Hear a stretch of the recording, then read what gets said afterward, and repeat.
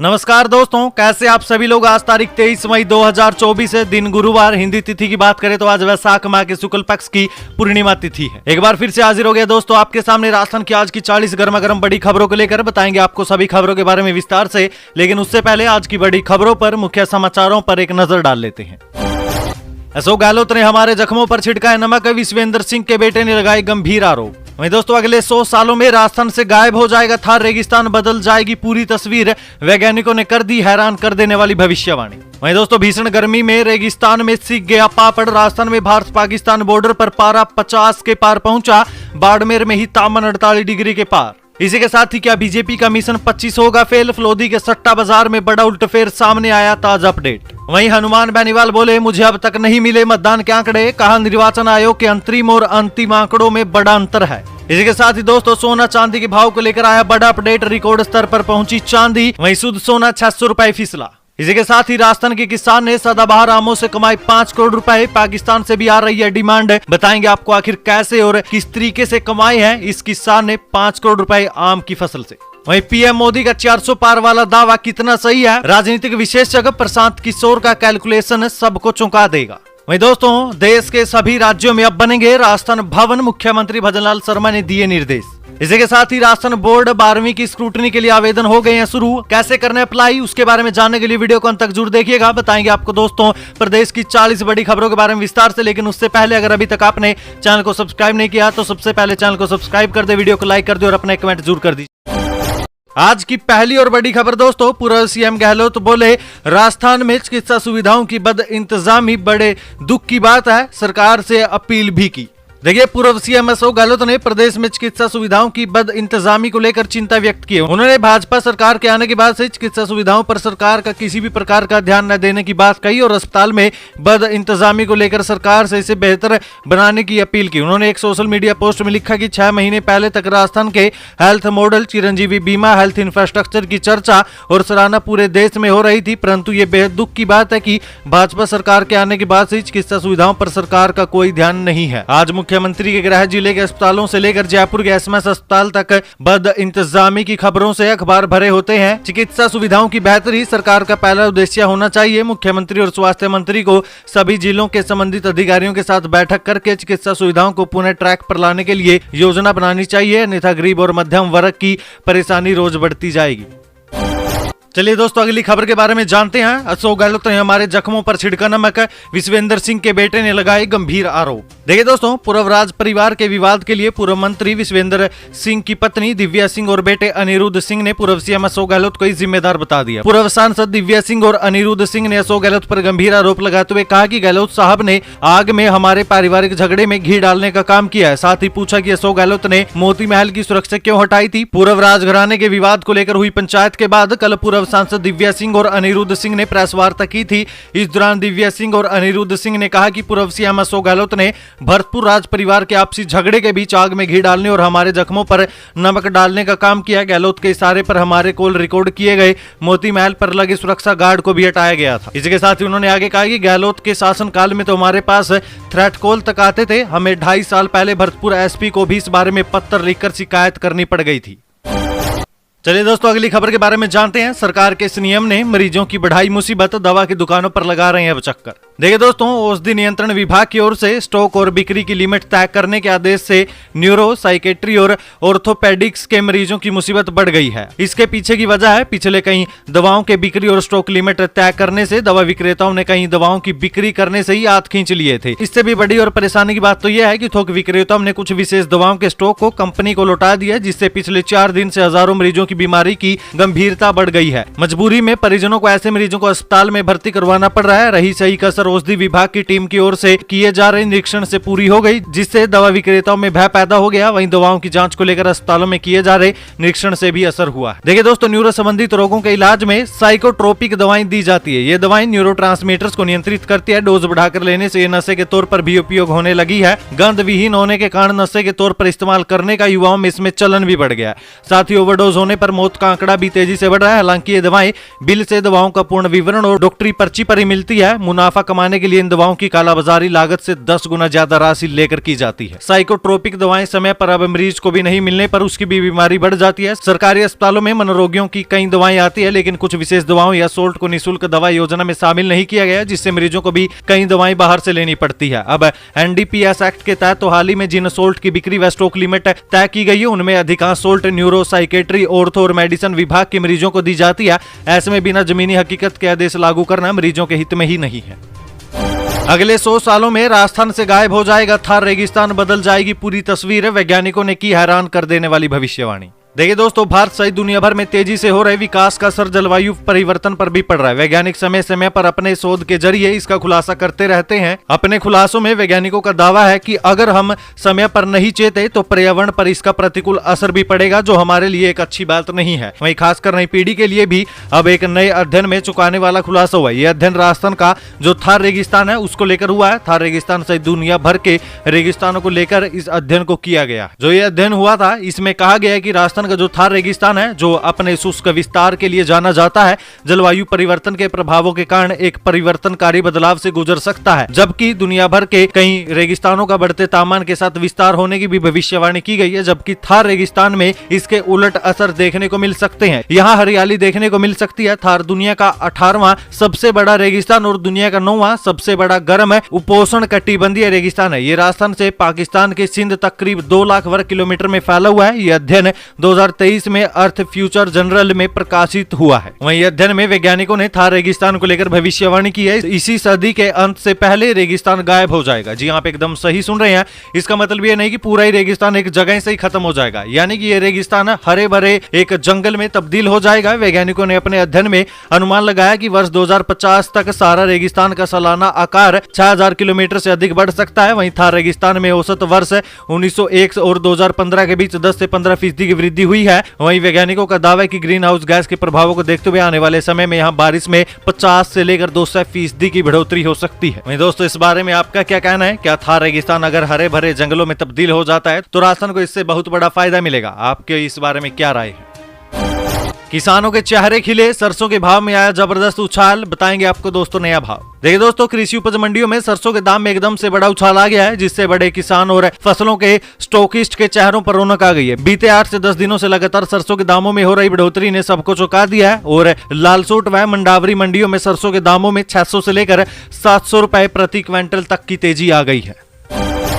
चलिए दोस्तों, बात करते हैं अगली खबर की। स्टूडेंट्स को अब ऐसे मिलेगी ट्यूशन की 50 लाख तक की फीस। आज से ही शुरू हो चुके हैं आवेदन। देखिए दोस्तों, कॉलेज आयुक्तालय ने Swami Vivekananda scholarship for academic excellence योजना की संशोधित गाइडलाइन जारी कर दिया है। इसी के साथ ही कॉलेज आयुक्तालय ने योजना का पोर्टल खोल दिया है और आवेदन भी शुरू कर दिए गए हैं। योजना के तहत अब E1 कैटेगरी के छात्रों को ही ट्यूशन फीस 50 लाख रुपए तक और लिविंग एक्सपेंसेस दिया जाएगा। इसके अलावा E2 कैटेगरी को 85% और E3 कैटेगरी के छात्रों को 70% ट्यूशन फीस सरकार देगी। इसके अलावा शेष फीस छात्रों को खुद देनी होगी। इससे पहले पिछली योजना में सभी कैटेगरी के छात्रों को पूरी ट्यूशन फीस जारी की जाती थी। वहीं दोस्तों, इस योजना के तहत 20 जून तक आने वाले आवेदन प्रथम फेज में मान्य होंगे। 500 छात्रों का चयन उच्च शिक्षा के लिए किया जाएगा। इसमें 300 छात्रों का चयन विदेश शिक्षा और 200 छात्रों का चयन देश के उच्च शिक्षण संस्थानों के लिए किया जाएगा, जिसके लिए छात्र ऑफिशियल वेबसाइट hte.rajasthan.gov.in पर जाकर आवेदन कर सकते हैं।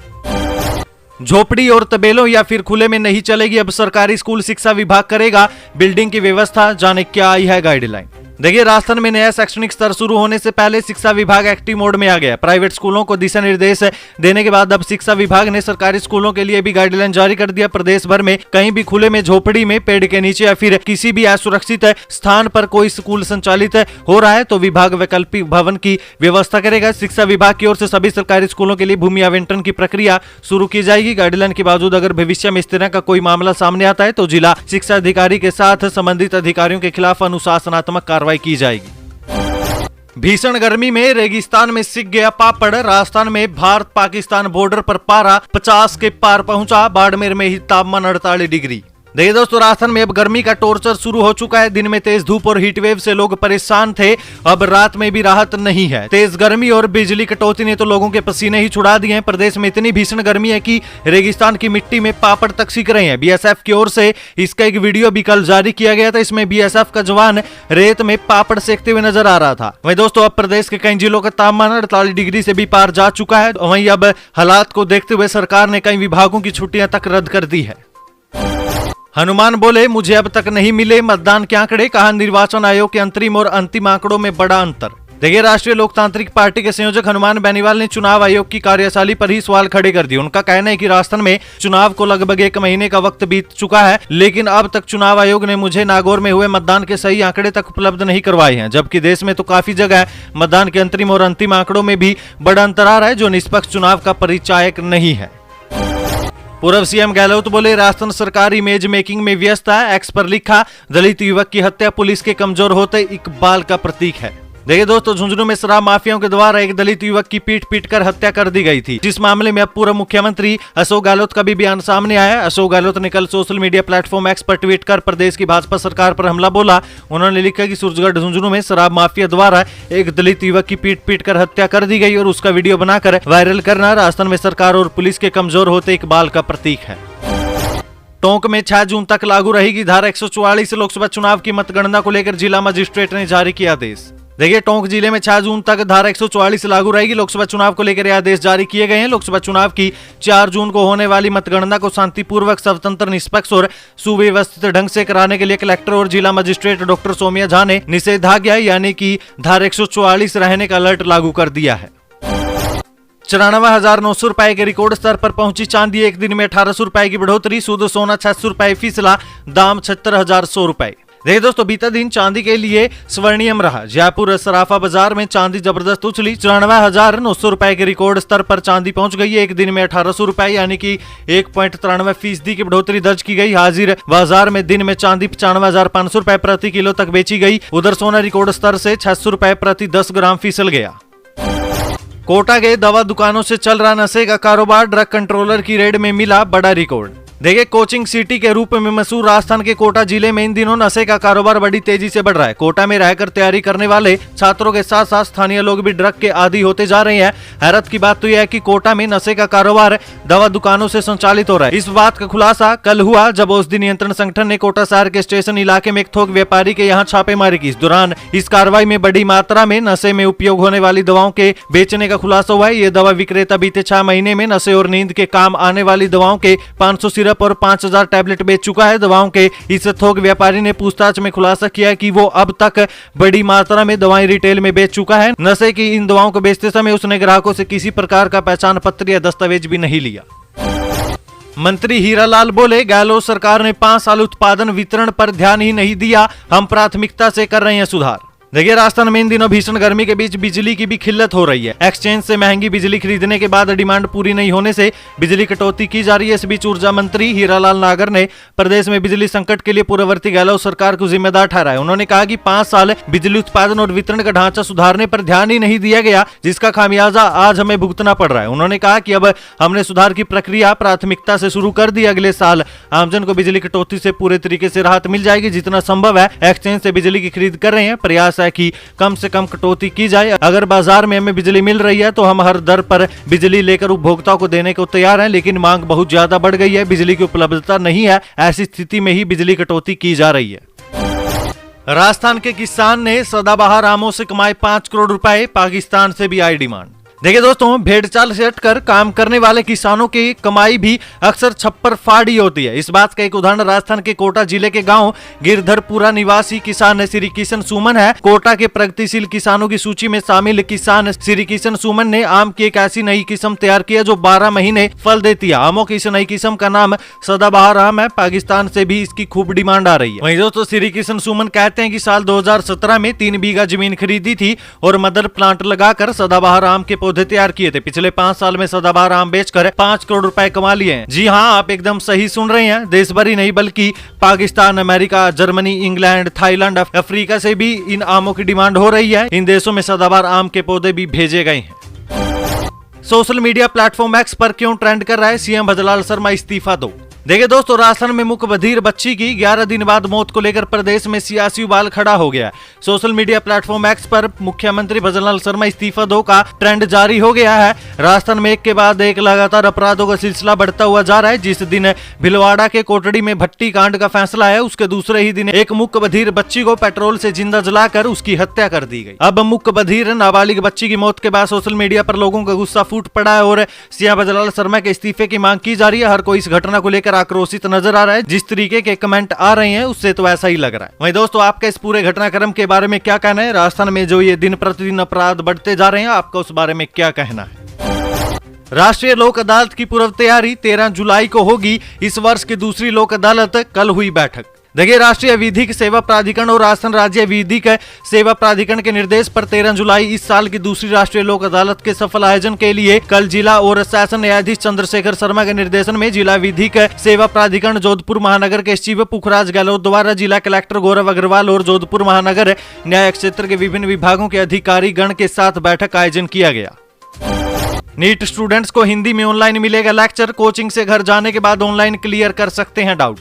देखिए, कोटा में नीट की तैयारी कर रहे हिंदी मीडियम स्टूडेंट्स के लिए एक निजी कोचिंग संस्थान ने अच्छी पहल की है। संस्थान की तरफ से आकाश आईट्यूर सेवा शुरू की गई है। इसके तहत हिंदी मीडियम के स्टूडेंट्स को स्टडी मटेरियल और लेक्चर हिंदी भाषा में मिलेंगे। इससे स्टूडेंट्स आसानी से अपनी पढ़ाई कर सकेंगे। इसके अलावा डाउट होने पर ऑनलाइन सोल्यूशन भी हिंदी भाषा में जान सकेंगे। AESL के क्षेत्रीय निदेशक अखिलेश दीक्षित ने बताया कि अंग्रेजी माध्यम के स्टूडेंट्स के लिए तो सभी सुविधाएं मौजूद है, लेकिन हिंदी मीडियम के स्टूडेंट्स को परेशानी का सामना करना पड़ता है। नीट जैसे एग्जाम में अच्छी रैंक पर भी अंग्रेजी माध्यम के स्टूडेंट्स ही निकलते हैं। सरकार की फ्री स्कीम के सैनिटरी पैड्स की कालाबाजारी। राजस्थान से नोएडा सप्लाई होने जा रहे थे, बड़े ब्रांड्स के पैकेट में डालकर बेचने का अंदेशा। देखिए दोस्तों, बासनी थानाधिकारी मोहम्मद सफीक खान ने बताया कि CGST के इंस्पेक्टर लीलाधर जाट ने थाने में रिपोर्ट दर्ज करवाई थी। रिपोर्ट में बताया गया कि जैसलमेर से जोधपुर जाने वाले NH 25 पर एक ट्रक में उन्होंने 1,70,000 सैनिटरी पैड्स के पैकेट पकड़े। इन पैकेटों को पोखरण से नोएडा सप्लाई किया जा रहा था और ट्रक ड्राइवर के पास इसकी बिल्टी भी नहीं हुई थी। रिपोर्ट में बताया गया कि इन पर राजस्थान सरकार की उड़ान स्कीम के पैकेट्स थे। जब सैनिटरी पैड्स की जांच की गई तो ये राजस्थान सरकार की योजना के निकले, जिन्हें प्रदेश में निःशुल्क वितरित किया जाता है। ऐसे में इस माल की कालाबाजारी का अंदेशा हुआ। पुलिस ने सैनिटरी पैड से भरा हुआ ट्रक व उसके ड्राइवर को हिरासत में ले लिया है। वहीं नोएडा के मैसर्स बालाजी के संचालक रघुवीर व ट्रक ड्राइवर कैलाश के खिलाफ मामला दर्ज कर लिया है। सीकर ने बनाया वर्ल्ड रिकॉर्ड। एक साथ 9,16,000 लोगों ने मतदान करने की शपथ ली थी। लंदन से मिला सर्टिफिकेट। देखिए, सीकर का नाम world book of records London में दर्ज हो गया है। सीकर जिला निर्वाचन अधिकारी कलेक्टर कमर उल जमान चौधरी को फाइनल सर्टिफिकेट मिला है। सीकर लोकसभा क्षेत्र में मतदान होने से पहले 16 अप्रैल को एक साथ 9,16,000 लोगों ने मतदान करने की शपथ ली थी, जो एक वर्ल्ड रिकॉर्ड बना था। अब उसी वर्ल्ड रिकॉर्ड का certificate world book of records London की तरफ से सीकर को दे दिया गया है। वहीं दोस्तों, सीकर के द्वारा बनाए गए इस एक अनोखे वर्ल्ड रिकॉर्ड के लिए एक लाइक तो बनता है। राजस्थान में सरकारी कर्मचारियों और अधिकारियों की छुट्टियां रद्द। इन विभागों पर ज्यादा असर। देखिए दोस्तों, राजस्थान में भीषण गर्मी में सरकारी अधिकारियों और कर्मचारियों की छुट्टियां निरस्त कर दी गई है। वो बिना पूर्व अनुमति के मुख्यालय नहीं छोड़ सकेंगे। सरकार ने सभी जिला कलेक्टर, संभागीय आयुक्त, SDM, जलदाय विभाग, बिजली विभाग और स्वास्थ्य विभाग में छुट्टियां रद्द कर दी है। साथ ही वे बिना सक्षम अनुमति के मुख्यालय भी नहीं छोड़ेंगे। यदि कोई अधिकारी या फिर कर्मचारी 3 दिन से अधिक छुट्टी पर है तो उसकी छुट्टियां भी अब निरस्त कर दी गई है। ये निर्देश जन स्वास्थ्य अभियांत्रिकी विभाग के शासन सचिव डॉक्टर समित शर्मा ने जारी कर दिया। दूसरी तरफ बिजली कंपनी डिस्कॉम के अध्यक्ष भानु प्रकाश एट्रू ने भी अभियंताओं और अधिकारियों की छुट्टियां रद्द करने के आदेश जारी कर दिए हैं। फूड कमिश्नर टीम की बड़ी कार्रवाई। निवाई में 6,276 लीटर कच्ची धानी सरसों का तेल किया सीज।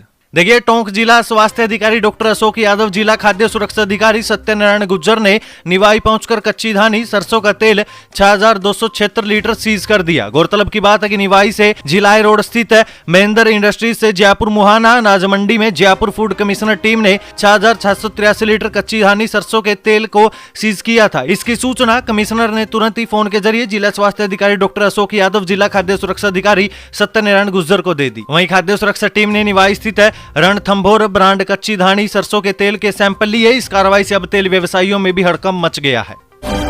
राजस्थान के डूंगरपुर में 300 चमगादड़ों की मौत से हड़कंप जताई गई ये आशंका। देखिए दोस्तों, राजस्थान भीषण गर्मी की चपेट में पूरा राजस्थान तप रहा है। लू चल रही है, लू के थपेड़ों से लोग बेहाल हैं। सूरज आग के गोले बरसा रहा है। तेज धूप और गर्म हवाओं से राहत मिलती कहीं दिखाई नहीं दे रही है। तापमान में वृद्धि का रिकॉर्ड टूट चुका है। डूंगरपुर में एक दिन पहले ही तापमान 46 डिग्री पार पहुंच गया था। गर्मी का प्रकोप इंसानों के साथ जीव जंतुओं पर भी देखा जा रहा है। धूप और लू से झुलस कर जीव जंतु दम तोड़ रहे हैं। वहीं दोस्तों, अब राजकीय पुस्तकालय के पास पेड़ पर लटके 300 से ज्यादा चमगादड़ों की मौत हो गई है। मौत के बाद चमगादड़ पेड़ से नीचे गिर गए। चमगादड़ों के शव सड़ने से संक्रमण फैलने की आशंका बनी हुई है। वहीं दोस्तों, चमगादड़ों के मौत के पीछे की वजह भी गर्मी को ही बताया गया है। अमीन पठान ने सरकार और बीजेपी नेताओं पर लगाए कई आरोप। कांग्रेस नेता पर दर्ज 18 मुकदमे। देखिए, कोटा में कांग्रेस के प्रदेश महासचिव अमीन पठान की मुश्किलें कम होने का नाम नहीं ले रही है। प्रदेश कांग्रेस के महासचिव अमीन पठान ने बीजेपी सरकार, प्रशासनिक अधिकारी और बीजेपी नेताओं पर कई आरोप लगाए हैं। अमीन पठान ने स्थानीय नेताओं पर आरोप लगाते हुए कहा, जैसे ही मैंने भारतीय जनता पार्टी छोड़ी और कांग्रेस ज्वाइन की, उसके बाद से मेरे पर लगातार कार्रवाई हो रही है। मेरे फार्म हाउस पर और त्यागी जी के फार्म हाउस पर जो कार्रवाई की गई है उसकी मैं निंदा करता हूँ। पीएम मोदी का 400 पार वाला दावा कितना सही है, प्रशांत किशोर का कैलकुलेशन चौंका देगा।